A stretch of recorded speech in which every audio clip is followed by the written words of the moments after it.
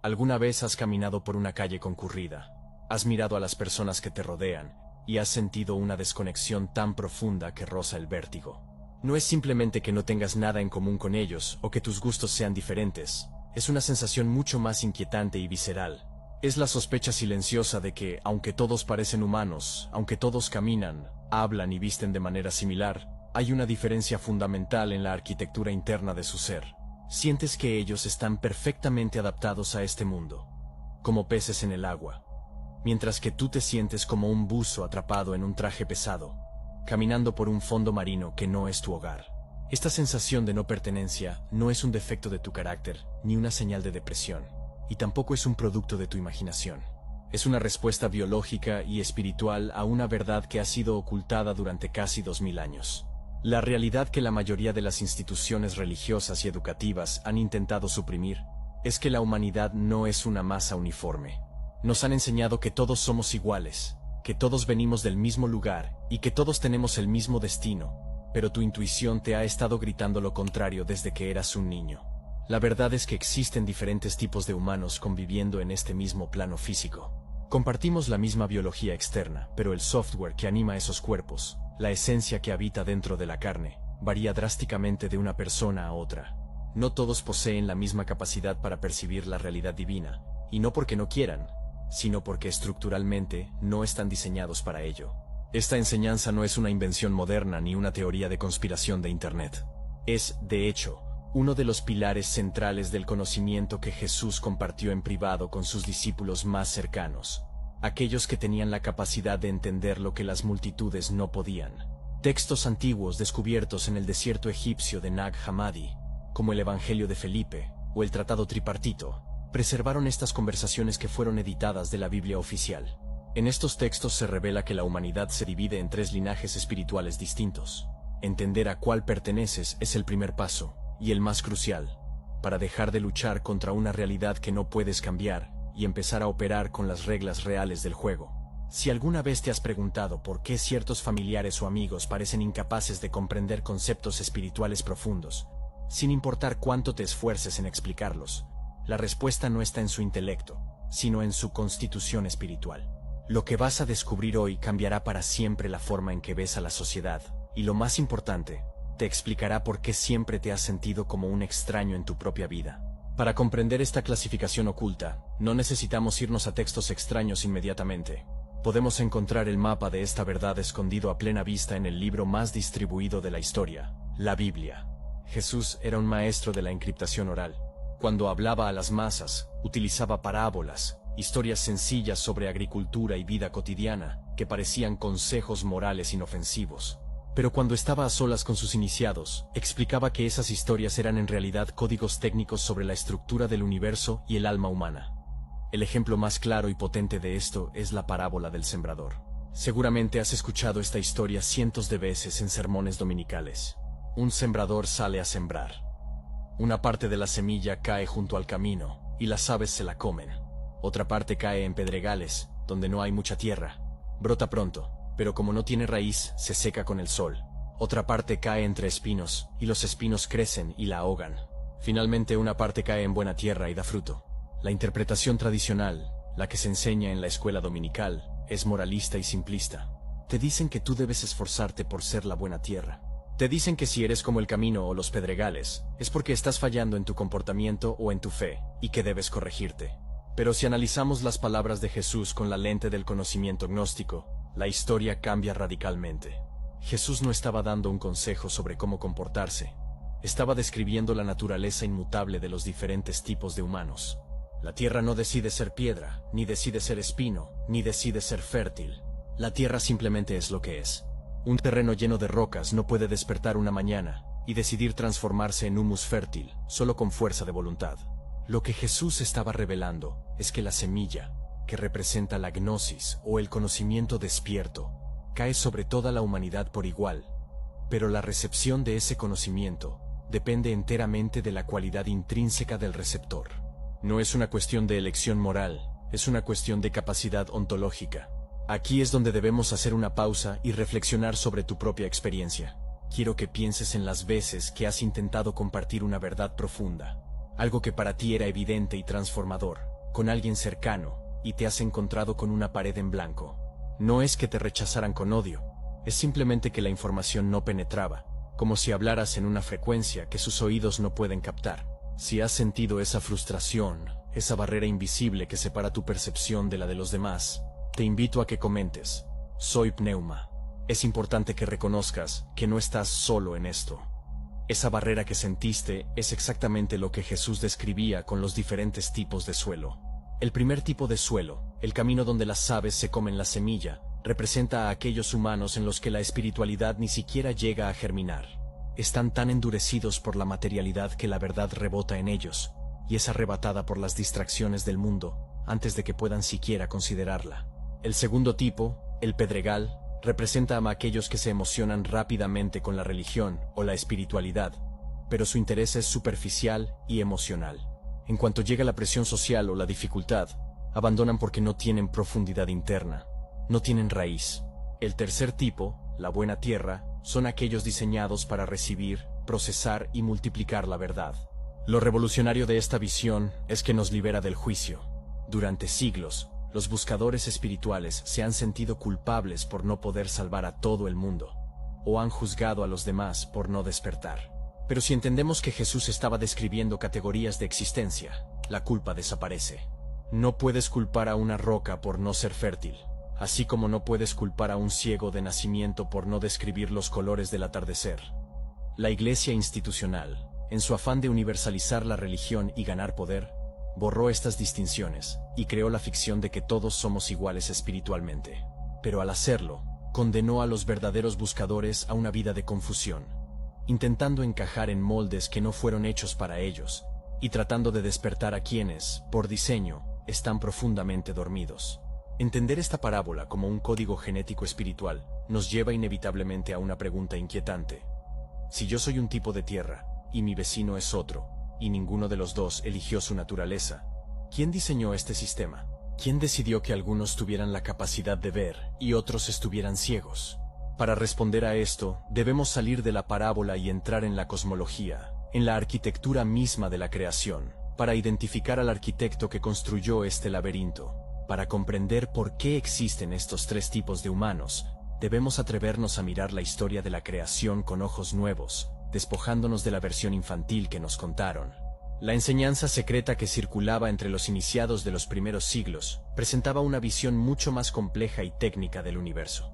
Según estos textos antiguos, el mundo material en el que vivimos no fue creado directamente por el Dios Supremo, la fuente inefable de pura luz y amor, sino por una entidad menor, un artesano cósmico al que los gnósticos llamaron el demiurgo. Este concepto es difícil de digerir al principio, porque contradice todo nuestro condicionamiento cultural, pero es la pieza clave que hace que todo lo demás tenga sentido. El demiurgo no es necesariamente una entidad malvada en el sentido caricaturesco, sino más bien un arquitecto ciego, celoso y obsesionado con el orden y la materia. Él creó el universo físico, las leyes de la física, los cuerpos biológicos y los instintos de supervivencia. Él es el Dios de este mundo, al que se refería el apóstol Pablo, la autoridad que gobierna sobre la carne y la materia. Su objetivo era crear un sistema perfecto, mecánico y obediente, un gran reloj cósmico donde cada engranaje cumpliera su función sin cuestionar. Sin embargo, durante el proceso de creación de la humanidad, ocurrió un evento cósmico imprevisto, un accidente divino. La tradición narra que la sabiduría divina, conocida como Sofía, en un intento de corregir la ceguera del demiurgo, logró infiltrar una chispa del verdadero espíritu, del pneuma divino, dentro de algunos de los cuerpos de barro que el demiurgo había modelado. Esto no sucedió con todas las creaciones, y aquí radica el origen de la diferencia entre los humanos. El demiurgo, creyendo que él era el único creador, sopló su propio aliento de vida en la humanidad, otorgándoles el alma o psique. El alma es el motor de la vida biológica, es la sede de las emociones, el intelecto racional y la personalidad. Todos los seres humanos tienen alma, sin ella el cuerpo sería solo materia inerte. Pero el espíritu, el pneuma, es algo completamente diferente. No pertenece a este universo material ni al reino del demiurgo. Es un fragmento de la conciencia eterna que existe fuera del tiempo y del espacio. Es una gota del océano del Dios verdadero, atrapada en una botella de barro. La gran tragedia, y a la vez la gran esperanza de la historia humana, es que esta distribución del espíritu no fue uniforme. El sistema del Demiurgo fue diseñado para contener almas, no espíritus. Por lo tanto, el mundo, con sus leyes, sus jerarquías, sus religiones organizadas y sus sistemas económicos, está perfectamente calibrado para satisfacer y controlar a aquellos que poseen solo cuerpo y alma. Imagina un zoológico diseñado por un cuidador que solo entiende las necesidades de los mamíferos terrestres. Construye recintos perfectos con tierra, comida y refugio. Si eres un mamífero terrestre, ese lugar puede parecer un paraíso, o al menos un hogar aceptable. Pero si eres un ave, un ser diseñado para el cielo abierto, ese mismo recinto, por muy bien cuidado que esté, es una prisión insoportable. Tus alas, que son tu mayor don, se convierten en tu mayor fuente de frustración porque no hay espacio para usarlas. Esta es la situación de los diferentes tipos de humanos. El Demiurgo creó una jerarquía de seres. Primero, aquellos que son pura biología, cuya existencia está ligada enteramente a la materia. Segundo, aquellos que poseen un alma activa, capaces de razonamiento moral y devoción, pero que aún operan bajo las leyes del sistema creado. Y tercero, aquellos que portan el contrabando divino, el espíritu, que actúa como un virus benigno dentro del sistema operativo de la realidad. Este tercer grupo es un problema para el arquitecto, porque el espíritu no puede ser gobernado por leyes materiales, ni satisfecho con recompensas temporales. El espíritu recuerda, aunque sea de forma borrosa, su origen en el reino de la luz, y por eso siente una incomodidad constante en el mundo material. Esta cosmología explica la ansiedad que has sentido toda tu vida. No es que estés roto, es que estás funcionando con un sistema operativo diferente al de la realidad que te rodea. El mundo te ofrece distracciones, carreras profesionales, entretenimiento y dogmas religiosos para calmar tu inquietud, pero nada de eso funciona porque esas soluciones están diseñadas para el alma, no para el espíritu. El alma se satisface con la seguridad y la pertenencia. El espíritu solo se satisface con la verdad y la libertad. Al entender que el creador del cuerpo físico y el dador del espíritu son fuentes distintas, resolvemos la gran contradicción de la existencia humana. Entendemos por qué hay personas que pueden cometer actos horribles sin remordimiento, ausencia de espíritu, por qué hay personas que necesitan desesperadamente reglas y pastores que les digan qué hacer, predominio del alma, y por qué hay personas que cuestionan todo y buscan a Dios no en un edificio, sino en el silencio de su propio interior, presencia del espíritu. Ahora que hemos establecido el escenario cósmico y hemos entendido que no estamos ante un campo de juego nivelado, sino ante una compleja mezcla de naturalezas, es momento de adentrarnos en la descripción precisa de cada uno de estos tres tipos. Necesitamos perfilar sus características psicológicas, sus comportamientos y sus motivaciones, no para juzgarlos, sino para que puedas usar esta información como un espejo de alta precisión. Lo que vamos a explorar a continuación te permitirá ver a tus compañeros de trabajo, a tu familia y a ti mismo con una claridad que nunca antes habías tenido. Prepárate, porque una vez que aprendas a identificar estas tres categorías en el mundo real, nunca volverás a ver las interacciones humanas de la misma manera. Aprovecho para recordarte que si aún no lo has hecho, te suscribas al canal. Aquí encontrarás la mejor información para el verdadero despertar. Adentrémonos ahora en la primera categoría, la más abundante y fundamental para el sostenimiento de la realidad física, tal como la conocemos: los hombres materiales, conocidos en la antigua tradición griega como los sílicos. La palabra proviene de Hyle, que significa materia o bosque, refiriéndose a lo denso, a lo tangible, a aquello que está atado irremediablemente a la tierra.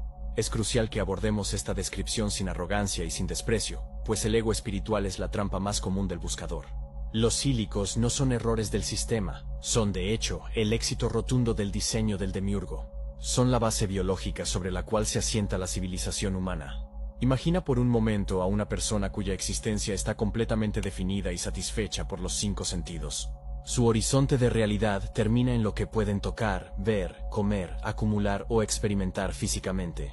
Para el ser humano ílico, conceptos como la trascendencia, el despertar de la conciencia o la búsqueda de la verdad divina, no es que sean falsos, es que son irrelevantes. Es como intentar explicarle la teoría de la música a alguien que nació sin capacidad auditiva. No es que te odien por hablar de música, es que carecen del órgano receptor para procesar esa frecuencia. Su software biológico está programado exclusivamente para la supervivencia, la reproducción y el confort material dentro de la matriz física. Seguramente has interactuado con ellos cientos de veces. Son esas personas que parecen perfectamente felices y adaptadas al sistema. No sufren de angustia existencial. No se quedan despiertos por la noche preguntándose cuál es el propósito de su vida o qué hay después de la muerte, a menos que sea desde un miedo muy primario y supersticioso. Si tienen seguridad financiera, salud física y entretenimiento constante, se consideran plenamente realizados. Cuando intentas hablarles de tus inquietudes espirituales, de esa sensación de que algo no encaja en el mundo, te miran con una mezcla de confusión y lástima, sugiriendo que quizás necesitas vacaciones, una pareja o distraerte más. Para ellos, la solución a cualquier malestar interno es siempre externa y material. Es fundamental comprender que los ílicos operan bajo un determinismo biológico casi absoluto. Sus decisiones, aunque parezcan libres, son en su mayoría reacciones automáticas a estímulos externos y pulsiones internas programadas por la naturaleza. Son los ciudadanos modelo del sistema del demiurgo, porque el sistema está hecho a su imagen y semejanza. La publicidad, la política convencional, el entretenimiento de masas y el ciclo de trabajar para consumir están diseñados para estimular y satisfacer la naturaleza ílica. Ellos son los que mantienen en marcha la maquinaria del mundo. Construyen los edificios, operan los mercados y siguen las tendencias sin cuestionar el trasfondo. El error trágico que cometen muchos buscadores espirituales, y quizás tú lo has cometido, es intentar despertar a un ílico. Gastamos una energía preciosa tratando de hacerles ver la prisión, explicándoles los mecanismos de control, o hablándoles de la chispa divina. Pero debes entender que no puedes despertar a alguien que no está dormido, sino que simplemente es parte del sueño. No hay una chispa de espíritu aprisionada sufriendo dentro de ellos. Su alma y su cuerpo están en perfecta sincronía con la materia. Al intentar forzarlos a ver una realidad espiritual, solo logras irritarlos o confundirlos, y tú terminas agotado, sintiendo que has fracasado. La enseñanza gnóstica es clara y liberadora en este aspecto. Déjalos ser. Su función es ser la estructura, el escenario y los figurantes necesarios para que la obra de teatro cósmica se desarrolle. Reconocerlos te permite dejar de esperar de ellos una profundidad que no pueden ofrecer y te libera de la soledad de sentirte incomprendido, pues ahora sabes que la incomprensión es estructural, no personal. Si los ílicos son la base material del mundo, el siguiente grupo representa la gran mayoría de la población religiosa y moralmente activa de la historia: los psíquicos. El término proviene del griego psyche, que significa alma. Aquí es donde la confusión lingüística y teológica ha causado más daño a lo largo de los siglos, porque nos han enseñado a usar las palabras alma y espíritu como sinónimos, cuando en la anatomía oculta del ser humano son cosas completamente distintas. El alma es el vehículo de la mente, las emociones y la personalidad.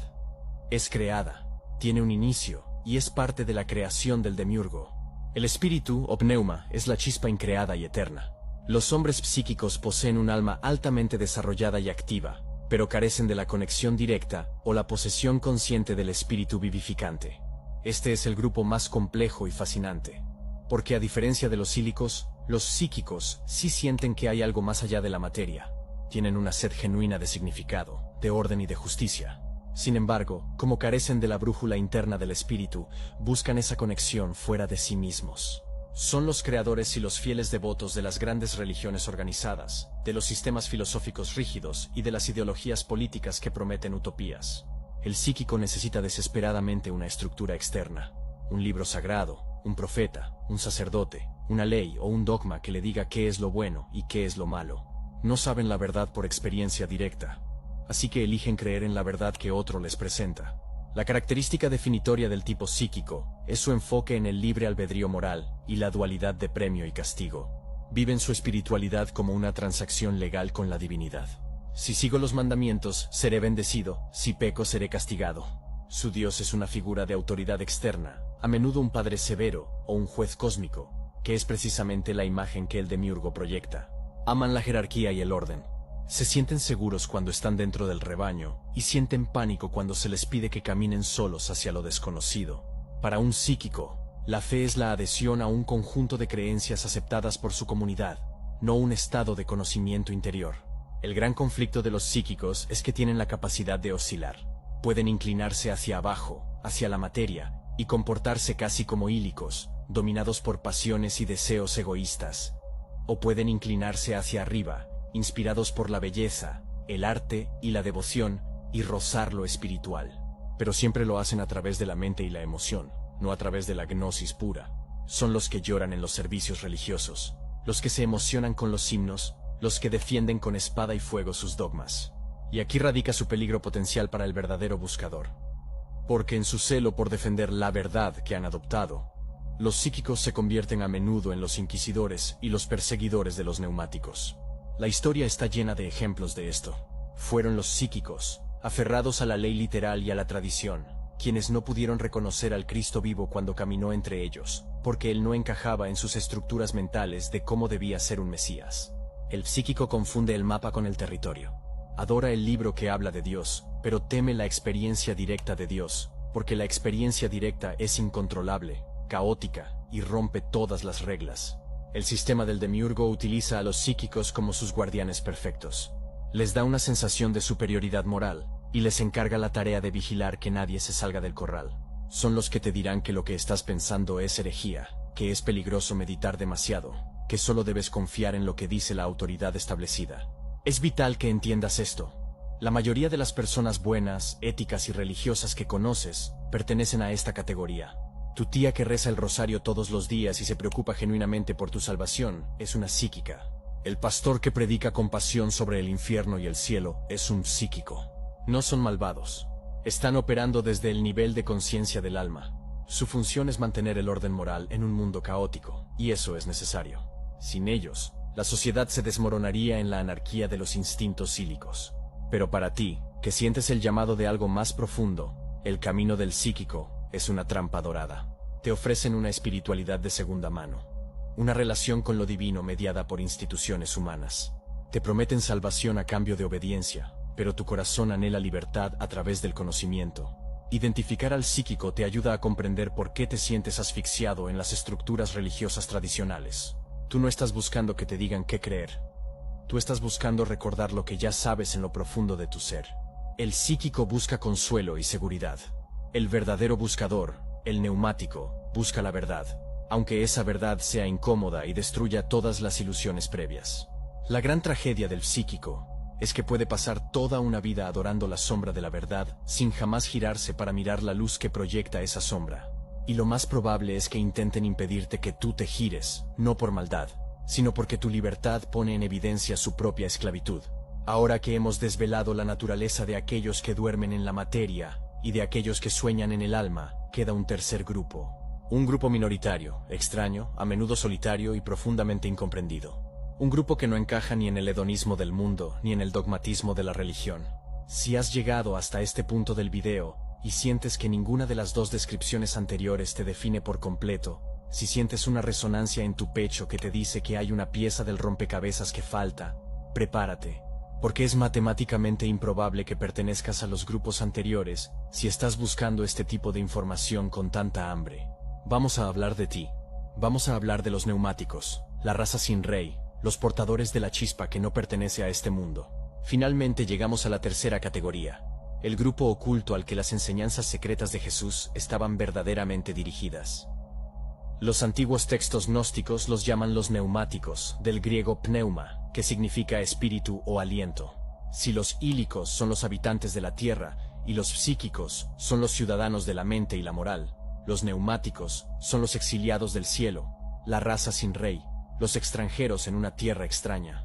Este es el grupo más pequeño, más disperso, y a menudo el que carga con el sufrimiento más silencioso y profundo. Definir a un neumático es describir una paradoja viviente. Son seres que están en el mundo, caminan por él, interactúan con sus estructuras, pero que en un nivel fundamental y celular, saben que no son de aquí. No se trata de una fantasía escapista, ni de un complejo de superioridad. Es una certeza biológica que vibra en sus huesos desde la infancia. Si tú aún sigues aquí, probablemente seas un neumático, uno de los pocos elegidos. Por eso te invito a que comentes, sigo aquí. Y no olvides suscribirte al canal. Hagamos de este lugar un espacio seguro para los portadores de la chispa divina.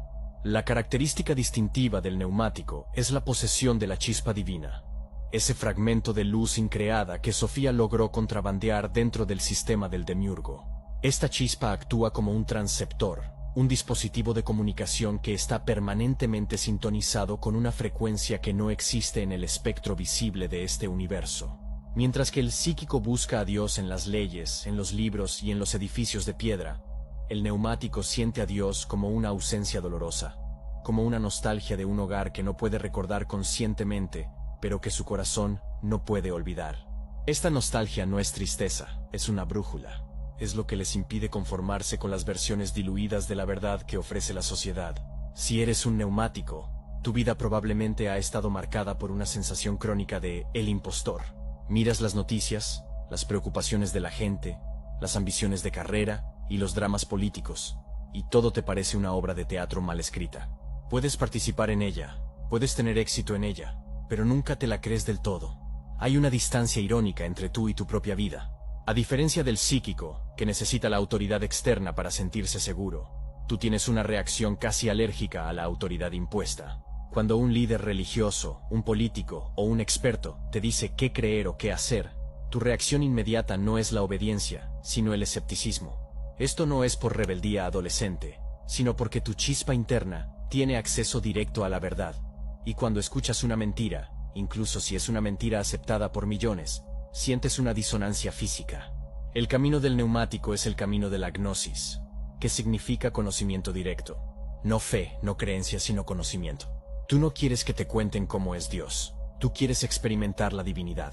Y esta búsqueda a menudo te lleva a lugares oscuros.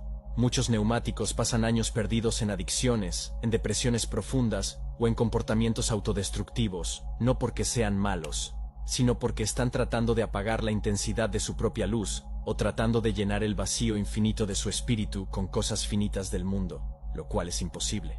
El mundo del demiurgo es una prisión diseñada para ser cómoda para los psíquicos y lógica para los psíquicos, pero para el neumático es, por definición, insuficiente.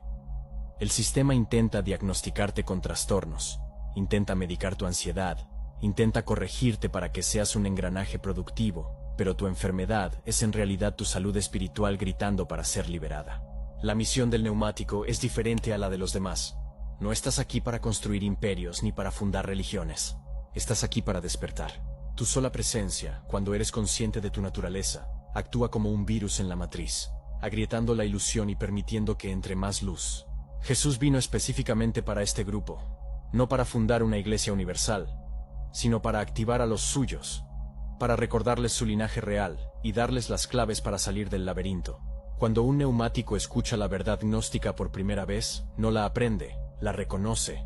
Es como escuchar una canción que amabas en la infancia y que habías olvidado. La melodía ya estaba dentro de ti. Solo necesitabas que alguien tocara la primera nota para que todo el concierto resonara en tu interior. Ahora que hemos delineado los 3 mapas de la existencia humana, es imperativo que pasemos de la teoría intelectual a la verificación personal. No sirve de nada que aceptes estas categorías como un dogma más. Eso sería una actitud psíquica. Necesitas saber con certeza visceral dónde te encuentras. Para ello, no utilizaremos un test de personalidad convencional, sino un protocolo de resonancia interna, una meditación activa diseñada para confrontar tu ser con 3 realidades ineludibles.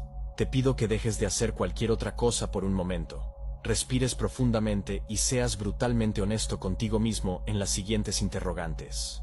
Nadie más va a ver tus respuestas, solo tú y tu propia conciencia. La primera prueba es el espejo del sufrimiento. Quiero que recuerdes el momento más doloroso de tu vida, esa crisis que te puso de rodillas. Ahora observa tu reacción interna ante ese dolor. El lílico reacciona ante el sufrimiento con evasión inmediata. Busca placer, alcohol, distracción o culpa a otros, viéndose como una víctima de la mala suerte. El psíquico busca un significado moral. Se pregunta, ¿qué hice mal para merecer esto? ¿O qué lección me está enviando Dios? Tratando de encajar el dolor en un sistema de justicia divina. El neumático, aunque siente el dolor humano intensamente, tiene una reacción muy específica. Una sensación de desapego observador. En medio de la tormenta, hay una parte de ti que permanece intacta, observando el drama, sabiendo que ese sufrimiento es el fuego necesario para quemar lo que no eres. Si ante el dolor has sentido que este mundo es un escenario extraño y que tu verdadero yo está simplemente presenciando la obra, esa es la marca del espíritu. La segunda prueba es el test de la autoridad. Visualiza que la máxima autoridad religiosa o espiritual de tu cultura se para frente a ti y te da una orden o un dogma que contradice tu intuición interna. Te dice que algo es verdad sagrada, porque está escrito en un libro antiguo o porque lo dice la tradición. ¿Qué hace tu interior?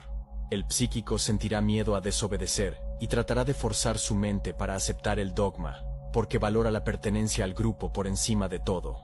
El neumático siente una imposibilidad física de aceptar la mentira. No importa si te amenazan con el infierno o con la excomunión. Si no resuena con tu chispa interna, no puedes aceptarlo. Tienes un detector de mentiras incorporado que no puedes apagar. Si alguna vez has preferido la soledad de tu propia verdad al calor de una comunidad basada en ilusiones, estás operando desde el neuma. La tercera y definitiva prueba es la resonancia con la libertad. Imagina por un momento que el mundo se arregla perfectamente. Imagina que se acaban las guerras, que hay justicia social, que todos tienen comida y que la tecnología resuelve todos los problemas biológicos. Imagina un paraíso terrenal perfecto, un Edén restaurado. Si pudieras vivir en ese mundo perfecto para siempre, sin muerte y sin dolor, pero sin poder salir nunca de este universo físico, ¿serías completamente feliz? El gílico y el psíquico dirían que sí, pues es la culminación de sus sueños. Pero el neumático, si es honesto, sentirá un horror sutil ante la idea de estar atrapado para siempre en la materia, incluso en una materia perfecta. Hay un anhelo en ti que no es de un mundo mejor, sino de otro mundo. Si tu espíritu grita por un retorno a una fuente que está más allá de las estrellas y de los átomos, si la utopía material te parece una jaula de oro, entonces no hay duda. Eres un elegido, un portador de la luz, un neumático despertando en la tierra del olvido. Si has atravesado este análisis y el protocolo de resonancia ha confirmado tu naturaleza neumática, es probable que estés sintiendo una mezcla de alivio abrumador y una nueva responsabilidad. El alivio proviene de saber, finalmente, que no estás loco. Esa fricción constante que has sentido con la realidad, esa incapacidad para ser normal y disfrutar de las cosas superficiales que parecen satisfacer a todos los demás, no era un defecto. Era tu sistema inmunológico espiritual rechazando un trasplante incompatible. Eras un águila intentando caminar como un cangrejo, juzgándote por no poder arrastrarte bien, cuando en realidad estabas diseñado para volar. Pero con este conocimiento llega una responsabilidad intransferible. Ahora entiendes que no puedes seguir culpando a los dormidos, a las instituciones o al sistema. Entiendes que los psíquicos y los psíquicos están cumpliendo su función en la maquinaria cósmica. Odiarlos o despreciarlos es caer en la trampa del ego, que es otra herramienta del demiurgo. Tu misión no es cambiarlos a ellos, ni siquiera es cambiar el mundo en un sentido político o social. Tu misión es la alquimia interna. Tu tarea es cuidar esa chispa que llevas dentro, alimentarla con conocimiento verdadero, con silencio, con introspección, hasta que se convierta en una llama tan potente que nada en este mundo pueda apagarla. A partir de hoy, tienes el permiso cósmico para dejar de fingir. Ya no necesitas forzarte a encajar en rituales religiosos que sientes vacíos, ni en diversiones materialistas que te dejan drenado. Tienes derecho a buscar a tu propia tribu, a esos otros dispersos que también portan la chispa. Tienes derecho a confiar en tu intuición por encima de las convenciones sociales. Recuerda las palabras del Evangelio de Tomás. Si sacas lo que está dentro de ti, lo que saques te salvará. Si no sacas lo que está dentro de ti, lo que no saques te destruirá. La gnosis no es algo que se adquiere afuera, es algo que se libera desde adentro. El despertar no es un evento de un solo día, es un proceso de desprogramación constante. Cada vez que eliges la conciencia sobre el hábito, cada vez que eliges tu verdad interna sobre la presión social, estás rompiendo un eslabón de la cadena. No estás solo en esto. Aunque parezca que el mundo está lleno de ruido y distracción, hay una red invisible de conciencias despertando en este preciso momento, recordando quiénes son y de dónde vienen. Tú eres parte de esa red. Mantente alerta, mantente lúcido y sobre todo, mantente fiel a esa voz silenciosa que te trajo hasta este video. El demiurgo puede ser el dueño del edificio, pero tú eres el portador de la luz que ilumina sus pasillos oscuros. No te duermas otra vez. Tu viaje de regreso a casa acaba de comenzar. Nos vemos en un próximo encuentro.